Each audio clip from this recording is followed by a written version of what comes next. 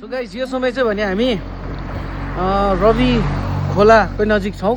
अनि यहाँ आउँदै गर्दा चाहिँ हामीले यहाँनिर होटल चौतारीमा चाहिँ अलिकति रिफ्रेस भयौँ हामीले चाउमिन खायौँ है चियाहरू पियौँ भाइ बिछिलिङसँग पनि यहीँ भेटघाट भयो हाम्रो हो हाम्रो यहाँ बाइक देख्न सक्नुहुन्छ बिछिलिङको बाइक र हाम्रो कैलाश भाइको बाइक चाहिँ सेम हो एकदमै जुडुवा हो होइन त्यसले गर्दाखेरि अब विशेष गरी चाहिँ के भन्न चाहेको भन्दा चाहिँ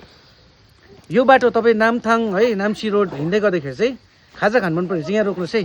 यो एकदमै म चाहिँ रिकमेन्ड चाहिँ यस्तो कुराहरू मात्रै गर्छु जुन कुरा चाहिँ मलाई पनि ओभरै मनपर्छ र दामी कुरा है यहाँ चिया पनि दामी पाउँदो रहेछ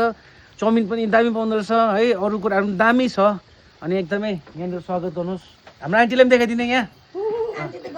आन्टीको हातमा चाहिँ जादु रहेछ जादु एकदमै लु जुम गरेर देखाइदिए आन्टीको हातमा जादु छ एकदमै आन्टीको दोकानमा भिजिट गरिदिने मिठो मिठो स्याटिस हुने गरी चाहिँ खाने है हामीले दर्रो खाएको छौँ अब लागेको हामी केटाहरू चाहिँ जहिले पनि हुन्छ नि अनप्लान हुन्छ नि कुराहरू भइरहेको हुन्छ अब बिछिरिङ भाइ चाहिँ हामीलाई भेट्नु मात्रै आएको थियो यहाँ रोकेको होइन तर अब भाइलाई हामी लगेर गएको हामी लगेर जाने जबरजस्ती लुटिदिएको हामी चाहिँ यसरी केटी चाहिँ यसरी भगाउँदैन होला कि तर भाइहरूलाई चाहिँ लगिदिन्छ क्या हामी घरमा भनिदिएको छौँ है अब हामीसँग बेलुका रमाइलो हुन्छ